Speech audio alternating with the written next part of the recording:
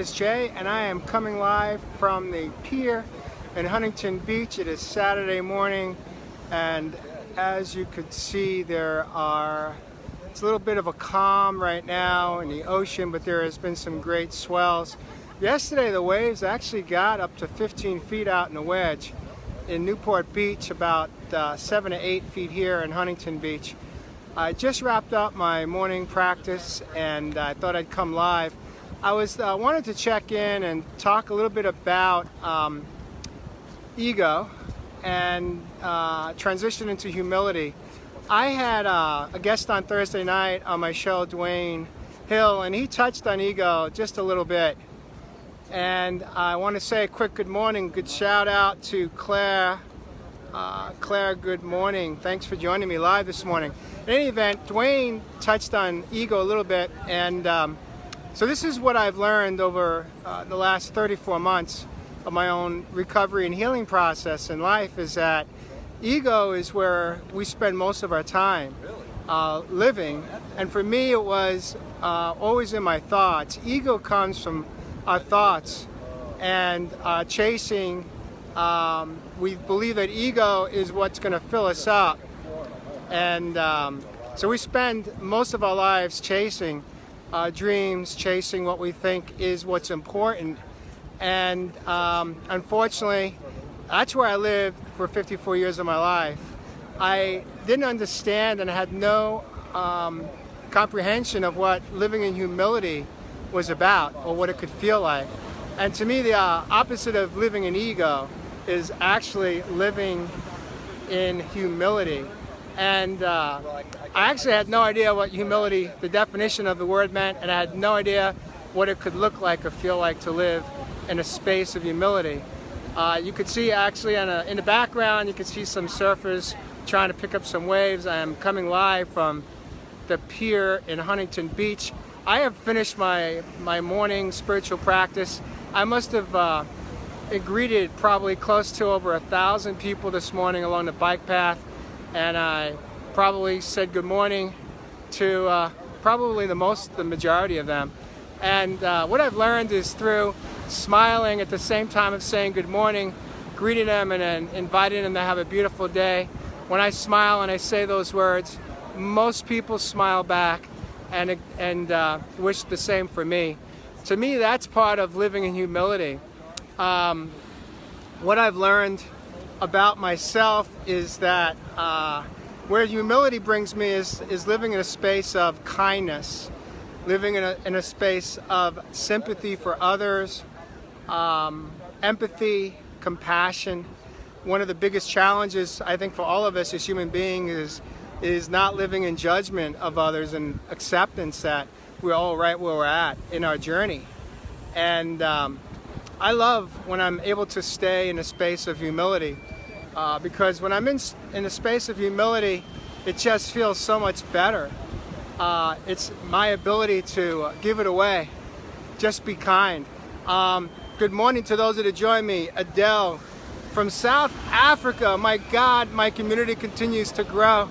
I am so grateful that I've got people that check in with me from places like Belfast and India. Adele, thank you. Adele Jacobs coming in from South Africa. Michael Brzezowski coming in from New York, my fraternity brother. Today, hey Michael, it's Rich Bettenhauser's birthday today. I'm sure you know that, but if for some reason you are not aware yet, wish him a happy birthday. Good morning, Simon Gonzalez. I'm coming live from the pier in Huntington Beach, and my topic today is on, for me, destroying ego and living in a space of humility today. So going back to humility, for me, just what's up, Michael? For me, living in humility means that when I see that Adele is coming in live and joining my live broadcast this morning from South Africa, it brings me to a total space, a place of just pure gratitude. Gratitude does not come from ego. Gratitude actually comes from living in humility, just being absolutely grateful and appreciative of the people that are in your life today. Adele and I have never met face to face, but we have met. We have connected. I'd say soul to soul, and we continue to do that. And that's what living in humility for me is all about. I love practicing and being aware of what humility is about today. It's being kind to others. Where I was going was that Mary bought a shirt that says "Choose Kind," and it's interesting that whenever she wears it, people that she meets, strangers, tend to actually be a little bit more kinder. They smile, they're gentle, they come across in a very, very loving, kind way. And we're talking about strangers, people that she doesn't know, that we just happenstance meet as we're navigating through our daily external space. And I love that shirt, and we're actually talking about developing a line, because what that shirt does is it reminds people of how we can behave, how we can treat one another. So some of the shirts I'm thinking of is, of course, there's Choose Kind. There's also Choose Love. There's also Choose Empathy, Choose Compassion, Choose Humility. How's that one? If anyone you have an idea, a suggestion on what we want to choose to do today, how we want to behave towards others, comment, hit a like if you're hearing something that resonates with you. David Littman, thank you for joining me this morning. Magdalena is watching. Magdalena, where are you coming on live from? What country or state have you joined? Thank you for joining me this morning as I'm kind of talking a little bit about ego. That's where I lived for all of my life, living in ego. And for me, living in ego meant filling myself up, chasing the dream, filling myself up with cars and houses and clothing and vacations and high-end dinners and you name it, just trying to fill myself up and feel better. And how's about those career jobs, those moves? Poland. Magdalena, do you know that I am 50% Polish? My dad's parents were from Poland. And so welcome. Thank you for joining me this morning. God, I love my life today. This is what humility feels like, you know? The people I have in my life today mean so much to me because they're right where I'm at, you know? We're all on a search. We're all on a mission. We're all on an excavate. We're all on an exploration. We're all searching, I think, ultimately for what we believe is happiness. And I guarantee you this, happiness does not come from ego. Happiness comes from humility. And happiness, from my experience, is a fleeting emotion. It doesn't last, and that's what we do. We spend a lot of time chasing happiness, thinking that if we can just achieve it again, that we're going to be okay, and life is going to be grand. And what I've learned is that happiness, for me, is an external emotion. I love going to when I'm in humility, when I'm able to find humility within, I'm able to live in inner peace, inner joy, inner gratitude, and that leads ultimately to serenity. And for me, that is so much more valuable, and I cherish that so much more than happiness. Again, because happiness comes and goes. You know, my mood can swing pretty quickly depending on what I experience in the external world. But when I'm in that space of humility and I hit that inner peace, that inner joy, that inner bliss, that inner love, that love for myself, I'm able to give more of it away to others. And so I'll take inner peace, joy, bliss, and love over happiness any day of the week, because happiness is just, it's fleeting. It comes and it goes, and then we end up right back to where we were, which may not be in a good place or a good space. So Mary Kelly, thank you for joining me. Hey, baby. We've got guests on from Poland, from South Africa this morning. I'm just so grateful for those of you that have joined me. So there we got it.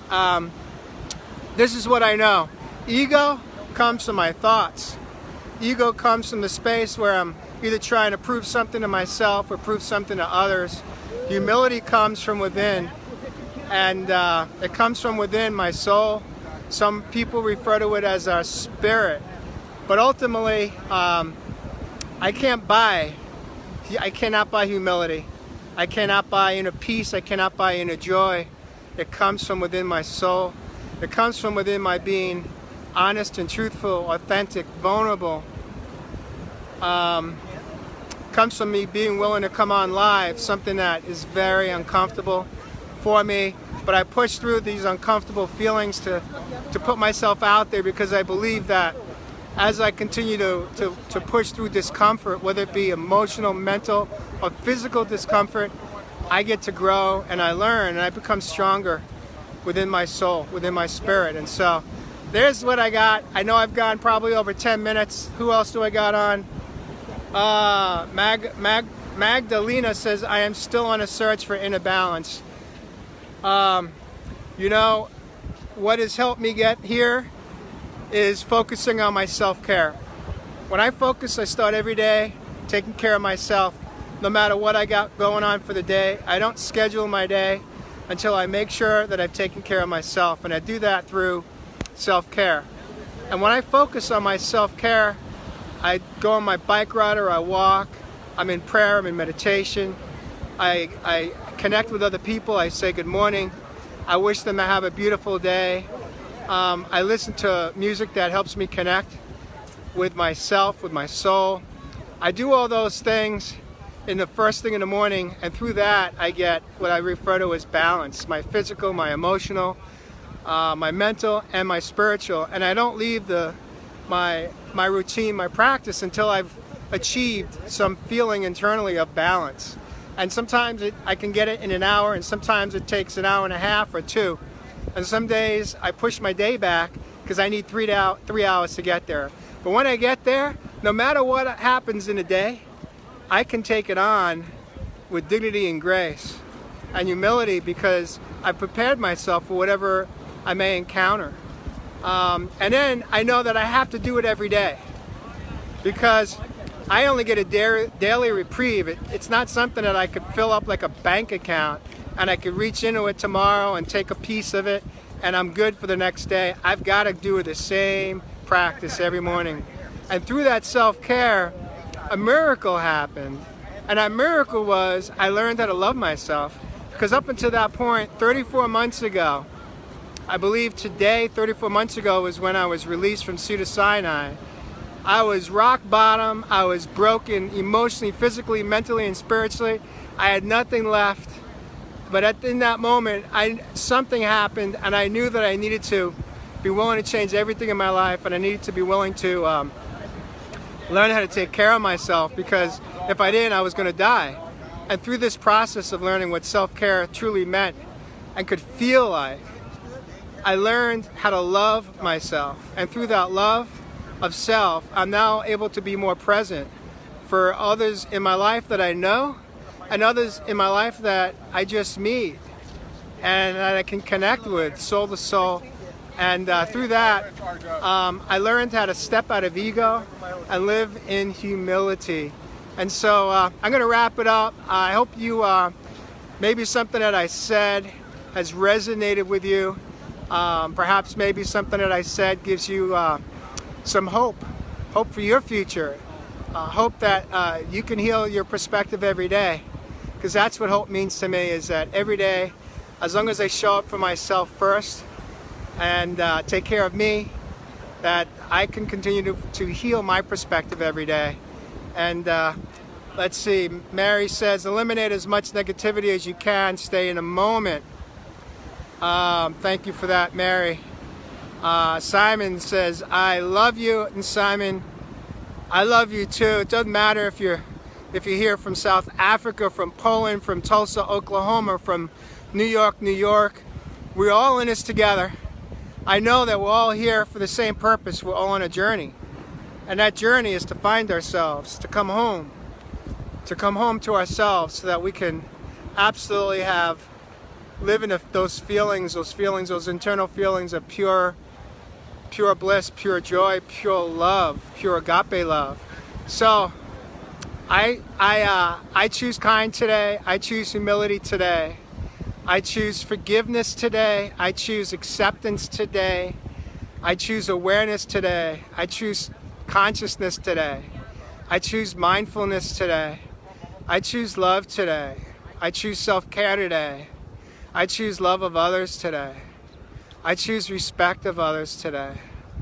I'm choosing to just live my life differently. I'm just full of such gratitude. I choose gratitude right now. I'm going to check out because I'm getting too emotional here, but I love you all. Thanks for joining the show. Thanks for joining me live. This isn't a show. This is just a conversation. Matt Duran, thank you for joining me this morning. Coming on. Not sure, Matt, where are you coming in from? Where are you live from? Are you in the United States or are you overseas? Let me know. Ariane, where are you coming in from this morning? It's okay. Wherever you are, it doesn't matter because we're in this together. Thank you for joining me. Have a beautiful weekend. It's a choice to continue to live in pain, or it's a choice to pull the covers off, rip off that duvet and get out, start walking. Start taking care of yourself, making healthy choices. And just enjoy. I counted this morning when I started I got out here at about 10 to 7, and there were about 40 surfers right here off the pier. At the time, I believe the waves were coming in about 6 to 8 feet. It was a beautiful morning. It is overcast. It feels like a Seattle day. I know all about that. I spent 10 years living there, but it's okay. The sun eventually will come out, whether it be today or tomorrow. And have a beautiful day. Take time to take care of yourself, and take time just give someone else a smile. When we acknowledge someone else that may be in pain, perhaps maybe they hear or feel something from you that just gives them hope, that they too can actually have some hope that perhaps they can heal their perspective just for today. And thanks for joining me. Have a beautiful day. See you next time. Bye.